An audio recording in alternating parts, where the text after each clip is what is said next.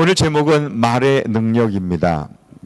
말은 하나님이 우리에게 주신 굉장히 큰 축복입니다. 선물입니다. 하나님은요, 세상을 창조하신 후에 보시기에 참 좋았다 이렇게 말씀하셨습니다. 하나님은 지금 우리에게 말씀하십니다. 우리는 말씀을 듣습니다.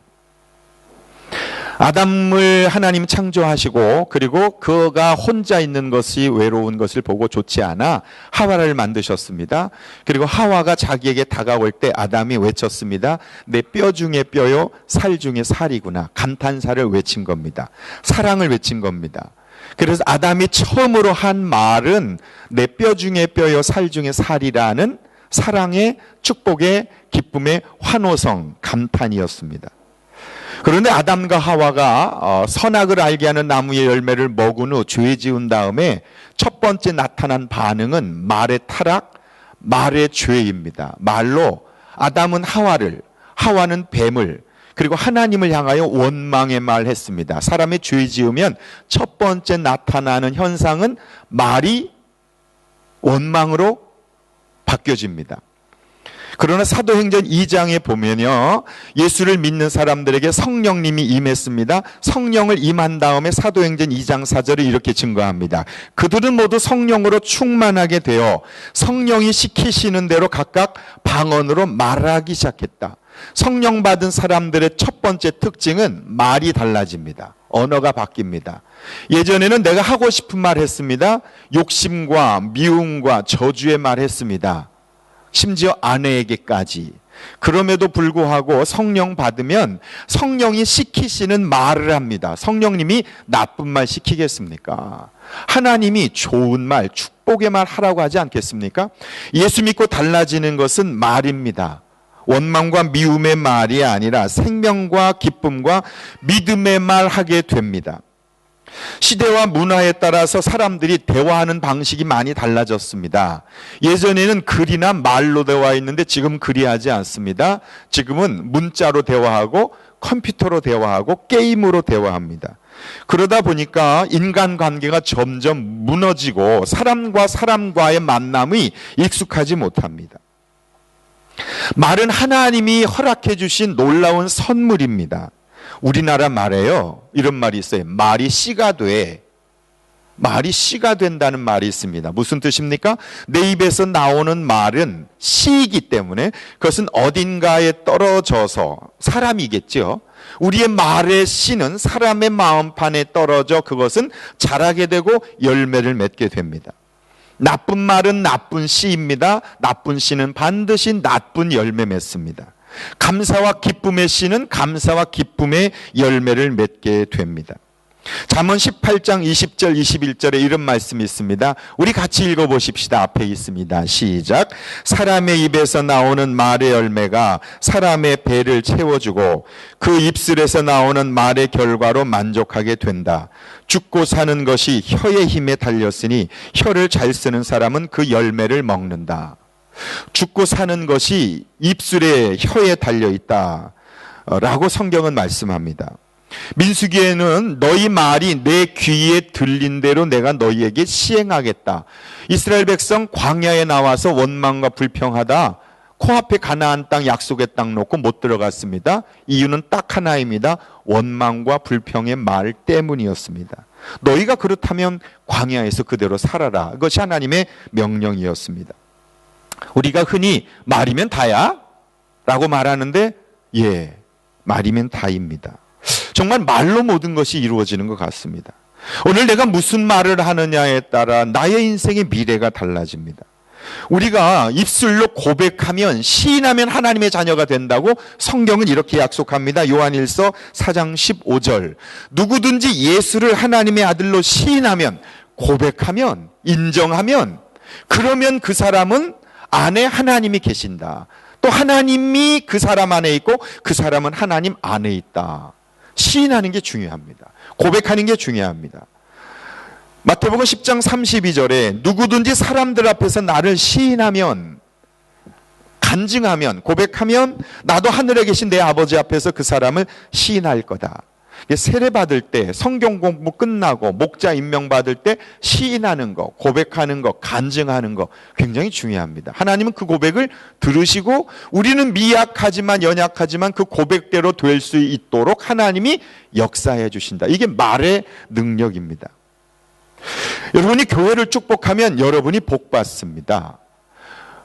교회를 믿음으로 사랑하면 그 교회 안에서 사랑이 넘칩니다. 왜냐하면 교회 안에 있기 때문에 그렇습니다. 교회가 어두우면 삶이 어둡습니다. 가정이 어둡습니다. 그러나 교회가 기쁘고 감사하고 부흥하고 변화하고 행복하면 인생이 행복하고 기쁩니다. 교회에서 갈등이 있으면 그런 교회 나가는 게 얼마나 힘들고 어렵습니까? 때문에 성경은 믿음을 가진 사람은 믿음으로 말하며 그 말의 역사가 이루어진다 약속합니다. 이것이 오늘 설교할 내용의 핵심 요지입니다. 그러면 오늘 말씀을 통해 듣게 되는 하나님의 음성 세 가지를 말씀드립니다. 첫째는요, 그렇기 때문에 말이 그렇게 중요한데 그 말로 인하여 내가 하나님 앞에서 죄 지었음을 먼저 인정하고 회개해야 합니다. 앞에 있는 글씨 한번 읽어보십시다. 시작. 하나님 앞에서 말로 죄를 지었음을 인정하고 회개해야 합니다. 1절 말씀 보십시오. 나의 형제자매 여러분, 이건 교회 안 다니는 사람 말하는 것이 아닙니다. 형제자매니까, 야고보가 형제자매니까 예수 믿는 교회 안에 있는 사람이죠. 여러분은 선생이 되려고 하는 사람이 많아서는 안 됩니다. 선생이 되고 싶은 사람이 많았던 것 같습니다. 말씀 가르치는. 또 여러분이 아는 대로 가르치는 사람인 우리가 더 큰 심판을 받을 것입니다. 결국 지금 이 말씀은 초대교회 사람들이 많아지다 보니까 말씀을 가르치려고 하는 리더의 자리에 올라가려고 하는 사람이 많았던 것 같습니다. 그러나 야고보가 볼 때는 행동이나 언행이나 보면 그 리더가 될 수 없는 것 같은데 라고 하는 생각이 들어서 선생이 되려고 하는 것은 좋지만 그 말이 믿음의 말이 아니면, 긍정의 말이 아니면, 하나님의 은혜의 말이 아니면 그것은 오히려 더 큰 심판을 자초할 수 있다라고 경고합니다. 야고보는 지금 말씀을 가르치는 일을 하지 말라는 말이 아니라 그만큼 말씀을 가르치는 일이 중요하다는 것입니다. 그리고 야고보는 아주 솔직하게 자신을 고백합니다. 2절 보십시오. 우리는 다 실수를 많이 저지릅니다. 무슨 실수요? 말 잘못하는 실수를 많이 한다고 말합니다.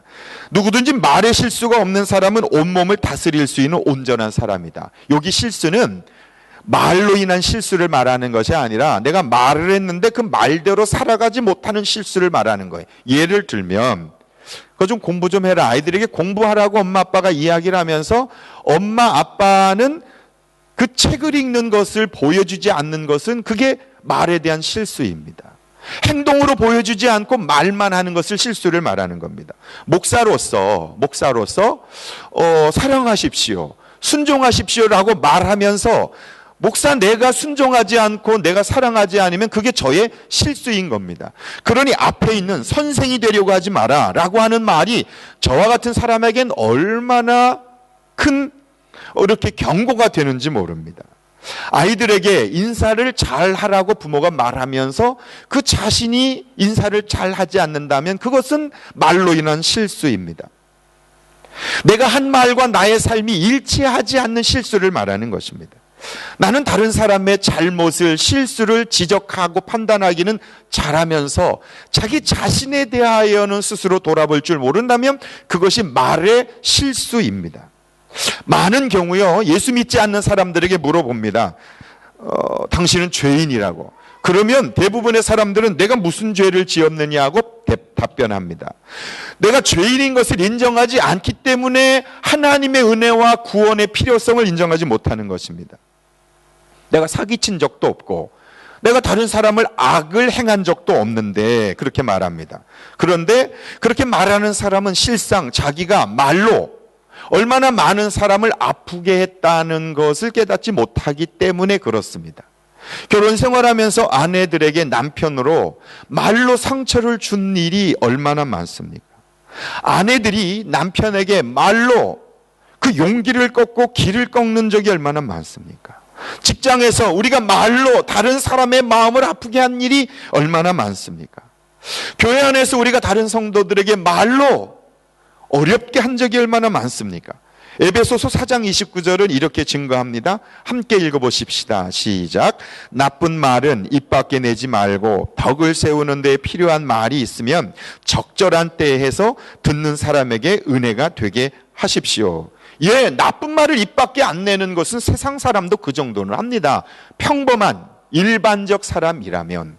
그러나 한 걸음 더 나아가 덕을 세우는 데 필요한 말을 적절한 때 해라 라고 성경은 가르칩니다. 예를 들면 힘들어하고 어려운 사람이 있으면 그에게 다가가 용기를 주는 말, 위로하는 말, 이런 말이 적절한 때에 그 말을 통해 그 사람에게 덕을 끼치게 하라. 그것이 예수 믿는 사람들에게 가르쳐 주신 하나님 말씀입니다.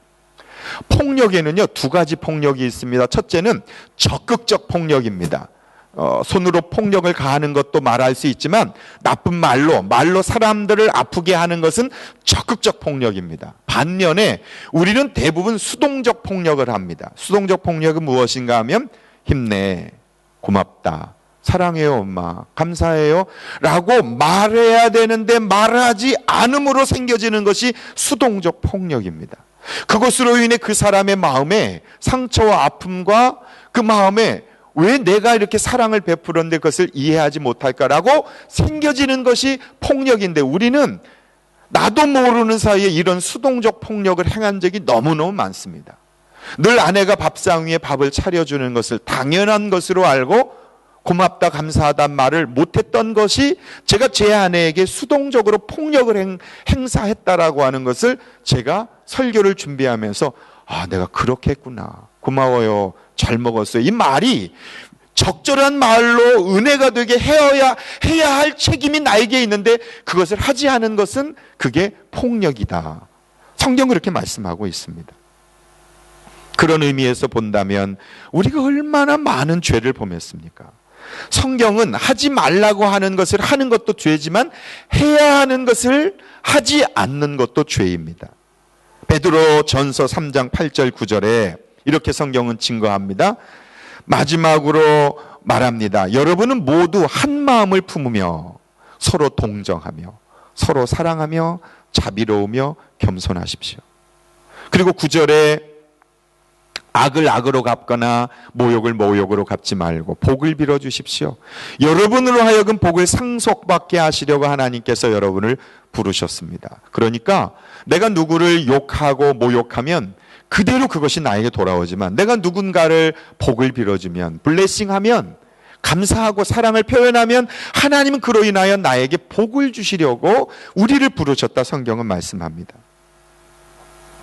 그래서 1, 2절의 말씀을 통해 깨닫는 것은 내가 그동안 말로 죄를 참 많이 지었구나. 내가 나쁜 말은 하진 않았지만 복을 빌어주지 않았음이 나의 큰 죄구나를 깨닫는 것이 오늘 첫 번째 듣게 되는 주님의 음성입니다. 두 번째로는요, 가장 작은 혀가 내 인생 전체를 이끌어간다는 것을 깨달으라는 것입니다. 가장 작은 혀가 내 인생 전체를 이끌어간다. 혀는 아무리 작아도 우리의 인생의 결정입니다. 첫 번째 두 가지 예를 듭니다. 첫 번째 예는요, 말의 입에 달리는 말을 말하는 것입니다. 말의 입에 재갈을 물리면 그것으로 인하여 말을 통제할 수 있습니다. 3절 보십시오.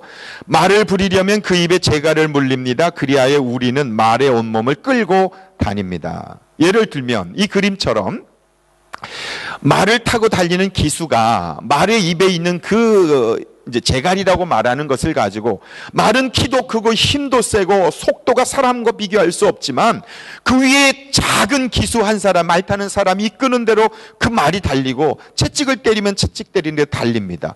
큰 말을 사람이 움직이는데 그것은 입에 있는 그 재갈이라고 하는 것입니다.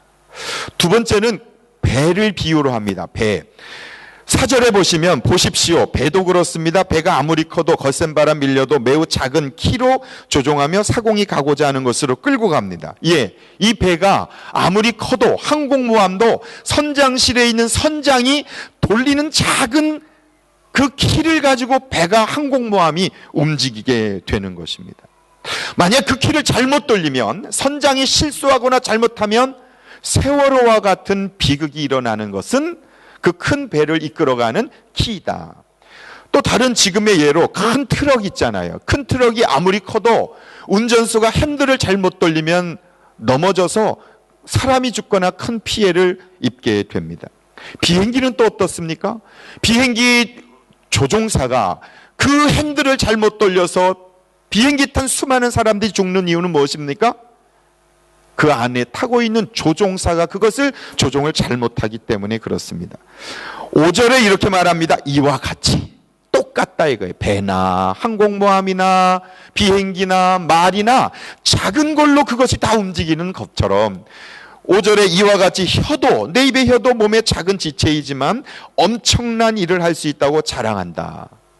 이것은 부정적인 의미에서 자랑입니다. 우리 입안의 혀는 굉장히 작습니다. 보통 세치혀 그러는데 이 한 치가 3cm 정도 되는데 10cm 미만입니다. 이 작은 혀가 우리의 모든 인생을 이끌어 간다는 것입니다. 그러면서 이렇게 자랑한다는 거예요. 몸이 아무리 커도 내 혀가 움직이는 대로 이 사람 다 될 거야. 부정적인 의미에서 타락한 혀를 말하는 거예요. 5절에 6절에 다시 보시면 보십시오. 아주 작은 불이 굉장히 큰 숲을 태웁니다. 작은 성냥 하나가 온 산을 태우는 것처럼 혀는 불이요, 혀는 불의의 세계라. 악이다. 혀는 우리 몸의 한 지체이지만 온몸을 더럽히며 인생의 수레바퀴에 불을 지지고 인생을 다 불태워버린다. 결국에는 혀도 게헨나, 지옥입니다. 지옥에서 불타버린다. 혀로 사람을 얼마든지 죽일 수 있습니다. 총으로 쏴서 죽이는 것은 총을 맞으면 수술하면 살아날 수 있지만 말로 인해 받은 상처는 죽을 때까지 아물지 않습니다. 총은 겉을 아프게 하지만 우리의 말은 마음을, 내면을 아프게 합니다. 여러분 생각해 보십시오. 오랜 시간 동안 돌아보면서 가장 힘들고 눈물이 날 만큼, 지금도 심장이 뛸 만큼 고통스러운 일은 누구에게 맞아서가 아닙니다. 말 때문입니다. 그 사람이 그 쏟아낸 그 말 한마디가 잠을 못 이루게 하고 지금도 눈시울이 뜨거워지는 그런 경험들이 얼마나 많습니까? 시골의 한 작은 성당에서 한 아이가 주일에 미사를 돕고 있었습니다. 신부님 옆에서. 근데 잘못 이렇게 행동하다가 그만 성찬식에 쓰는 포도주를 엎지르고 말았습니다. 신부가 화를 벌컥 내면서 이 바보 같은 놈, 다시는 너 성당에 오지 마! 소리를 질렀습니다. 그리고 비슷한 옆에 있는 성당에서 똑같은 나이의 한 아이가 신부님의 미사를 옆에 돕다가 똑같이 포도주를 엎질렀습니다. 그때 그 신부님이 그 아이를 보며 말했답니다. 괜찮아. 나도 어렸을 때 실수를 참 많이 했지. 너도 앞으로 신부가 되겠구나. 그리고 10여 년, 20여 년 후 세월이 흘러 성당에서 쫓겨난 그 아이가 그 유명한 공산주의 국가인 유고슬라비아에서 가장 잔혹한 대통령으로 꼽히는 티토 대통령이 되었습니다. 그리고 너 실수했구나. 너도 신부가 되겠네. 그 말을 들은 그 아이가 미국의 유명한 대주교가 되었답니다. 우리들이 뱉은 말 한마디로 인생의 전체를 결정할 수 있습니다. 수고했어요. 감사해요. 너무 고맙습니다. 오늘 은혜 받았어요.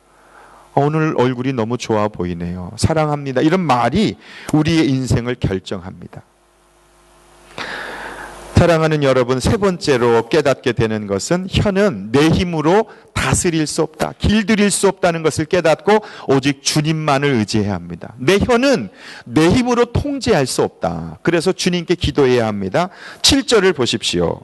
들짐승과 새와 기는 짐승과 바다의 생물들은 어떤 종류든지 모두 사람이 길들이고 있으며 길들여 놓았습니다. 도 길들일 수 있습니다. 심지어 악어도 길들여서 그 악어의 머리에 조련사가 악어의 입에 머리를 집어넣는 것도 본 적이 있지 않습니까? 그러나 8절, 사람의 혀를 길들일 수 있는 사람은 아무도 없습니다. 혀는 걷잡을 수 없는 악이며 죽음에 이르게 하는 독으로 가득 차 있습니다. 사람의 혀는 사람의 힘으로 통제가 안 됩니다. 하나님의 도우심을 구해야 됩니다. 주님, 내 혀를 다스리게 해주십시오. 내가 말로 사람들에게 아픔 주지 않게 해주십시오. 사탄은요, 우리를 공격하는 세 가지 결정적인 무기가 있는데 첫 번째 무기는 생각입니다. 요한복음 13장 2절에 저녁 먹을 때에 악마가 이미 시몬 가룟의 아들 유다의 마음속에 예수를 팔아넘길 생각을 불어넣었다. 마귀가 가룟 유다의 마음속에 생각을 불어넣었다. 만약에 가룟 유다가 그 오는 생각을 뿌리쳤다면, 물리쳤다면 그는 예수님 팔지 않았을 것입니다. 악마는 유다의 생각을 사로잡았습니다.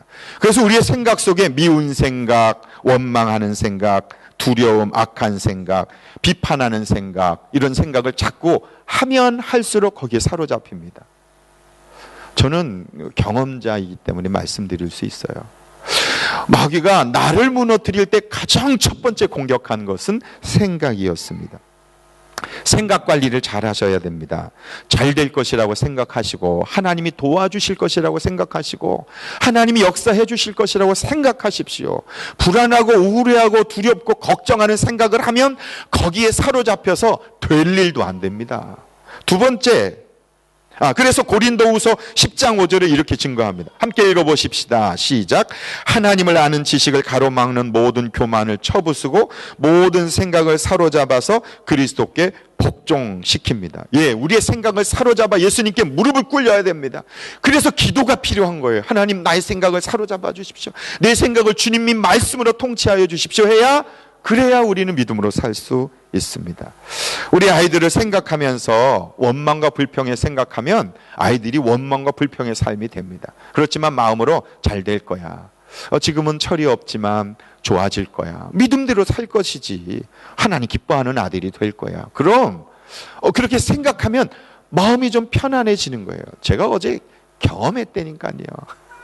매일매일 경험한다니까. 마음을 다스리는 게 너무 중요하다. 그래서 마음을 빼앗기지 마십시오. 두 번째는 마음입니다. 마음. 읽어보십시다. 시작. 그가 빵 조각을 받자 사탄이 그에게 들어갔다. 그때 예수께서 유다에게 말씀하셨다. 내가 할 일을 어서 하여라. 그의 마음에 들어간 거예요. 생각하면 마음의 자리를 잡습니다. 잠언 4장 23절에 무엇보다 내 마음을 지켜라. 그 마음이 생명의 근원이다. 마음 빼앗기고 생각 빼앗기면 죽는다. 예배를 나오시면서 여러분의 마음과 생각을 어떻게 하고 오십니까? 여러분, 그 생각과 마음의 결심에 따라서 예배의 성공과 실패가 좌우됩니다. 은혜는요, 주일에 받는 게 아니고 토요일에 준비되셔야 은혜를 받을 수 있습니다. 그래서 토요일부터 하나님께서 내 생각과 마음을 다스리시길, 최하 예배 전 10분만이라도 하나님 내 마음과 생각을 다스려 주십시오 라고 말씀드릴 때 은혜가 내게 임할 수 있다. 누가복음 6장 45절을 이렇게 증거합니다. 우리 같이 이 말씀 중요하니까 읽어보십시다. 시작. 선한 사람은 그 마음속에 갈무리에 놓은 선 더미에서 선한 것을 내고 악한 사람은 그 마음속에 갈무리에 놓은 악더미에서 악한 것을 낸다. 마음에 가득 찬 것을 입으로 말하는 법이다. 나쁜 말이 왜 나오는가? 나쁜 생각과 마음이 있어서 그렇다. 세 번째로는요, 지금까지 말씀드렸던 결정판인 입술입니다. 우리 입안의 침은요, 내 입안에 있을 땐 내 입을 살균하지만 내 침이라도 내 입에서 튀어나오면 나도 더럽게 느껴집니다. 여러분, 침 뱉은 것 여러분 침이라고 먹을 수 있습니까? 못 먹죠. 똑같습니다. 내 말이 내 입에 있을 땐 내 것입니다만 내 입에서 나가는 즉시 그 말은 역사하기 시작하고 일하기 시작합니다. 생각이 내 속에 있을 때 내 생각이지 그 생각이 마음으로 입술로 나오면 그때부터는 마귀가 사용하기 시작합니다. 부정적인 말일 땐 그렇습니다. 그래서 시편 141편 3절에 주님 내 입술 언저리에 파수꾼을 세우시고 내 입 앞에는 문지기를 좀 세워주십시오. 그래서 내가 쓸데없는 불필요한 잘못된 말하지 않고 살게 해주십시오. 믿음의 말하는 거 중요하고요. 또 기쁨의 말하는 게 참 중요한 것 같아요. 말씀을 마치면서 그림을 몇 장 보여드립니다. 사람의 몸에는요 70%가 물입니다. 물. 우리의 몸은 70%가 물입니다. 물그릇입니다. 일본의 에모토 마사루가 물에다가 글씨를 써놓거나 말했습니다. 사랑한다, 감사한다 그랬더니 육각수로 변했습니다. 전자현미경으로 보았더니 몸의 흡수가 가장 좋은 물이 육각수물 아닙니까? 그런데 반면에 그 물에다가 나쁜 말, 악한 말, 망할 놈이라는 욕을 했더니 결정이 안 나타나는 거예요. 또 세 번째, 죽여버릴 거야, 짜증나네, 이렇게 막 불평하는 말 했더니 그림 보이시는지 모르지만 중간에 한 어린아이가 두들겨 맞는 것 같은 형상이 그림에 보여졌다. 우리의 몸이 물이라면, 70%가 물이라면 무슨 말을 듣느냐에 따라 건강한 인생을 살 수도 있는가 하면 결정체가 나타나지 않을 수 있다. 심지어 한 방송국, KBS 방송국 아나운서들이 실험을 했습니다. 이렇게요. 밥에다가 글씨를 써놨답니다. 사랑해, 아니면 또 미워, 이렇게 글씨를 써놨더니 10일 후에 사랑해라고 하는 글씨를 써놓기만 한 밥은 그대로 거의 있었지만, 미흡다고 말한 글씨를 써놓은 밥엔 곰팡이가 잔뜩 쓸어서 더럽게 변해버렸다. 좋은 말은 밥도 바꾼다라는 거죠. 양파를 가지고 실험해 봤습니다. 양파에다가 왼쪽에 좋아, 사랑에 붙여놨고 미워, 바보라고 해놨더니 싹이 나지 않았습니다. 이것은 군부대에서 흔히 하는 실험입니다. 그래서 다른 병사에게 나쁜 말을 하지 마라. 양파가 그렇다면 사람은 말에 무엇하겠습니까? 한국의 유명한 대기업 중에 포스코 있습니다. 포스코 회사에 이런 글씨를 기계에다 붙여놨답니다. 고장이 없어서 감사합니다. 기계에다가 고장이 없어서 감사합니다라고 붙였더니 놀라운 일이 일어났답니다. 그 글씨를 붙여놓은 기계는 정말, 다른 기계는 고장이 많이 나는데 고장이 잘 안 난다. 심지어 소도 클래식 음악을, 좋은 음악을 들어주면 젖을 더 많이 우유를 생산한다라는 것 잘 알지 않습니까? 하나님은 우리의 입술에 능력을 주셨습니다. 믿음의 말을 하시고 감사의 말을 하실 때 그것이 우리의 인생과 주변 사람들에게 얼마나 놀라운 영향력을 끼치는지 오늘 말씀을 통해 깨닫게 되지 않습니까? 이 시간 우리 한